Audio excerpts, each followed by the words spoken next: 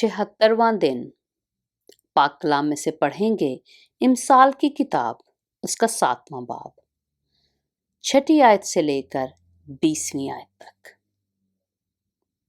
क्योंकि मैंने अपने घर की खिड़की से यानी झरोके में से बाहर निगाह की, और मैंने एक बेअक्ल जवान को नादानों के दरमियान देखा, यानी नौजवानों के दरमियान वो मुझे नजर आया कि उस औरत के घर के पास गली के मोड़ से जा रहा है, और उसने उसके घर का रास्ता लिया। दिन छुपे शाम के वक्त, रात के अंधेरे और तारीकी में, और देखो वहां उससे एक औरत आ मिली जो दिल की चालाक और कस्बी का लिबास पहने थी। वो गुगाई और खुदसर है, उसके पांव अपने घर में नहीं टिकते।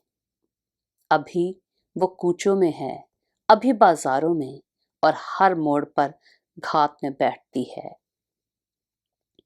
सो उसने उसको पकड़कर चूमा और बेहया मुंह से उससे कहने लगी, सलामती की कुर्बानी के ज़बीहे मुझ पर फर्ज थे।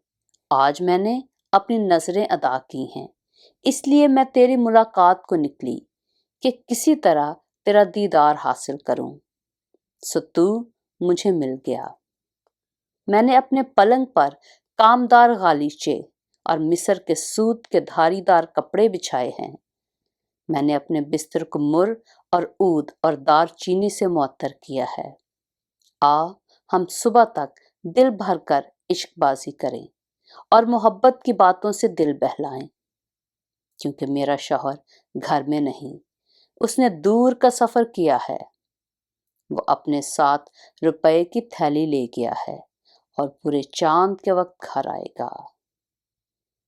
पाक कलाम के पढ़े और सुने जाने पर खुदावंद की बरकत हो।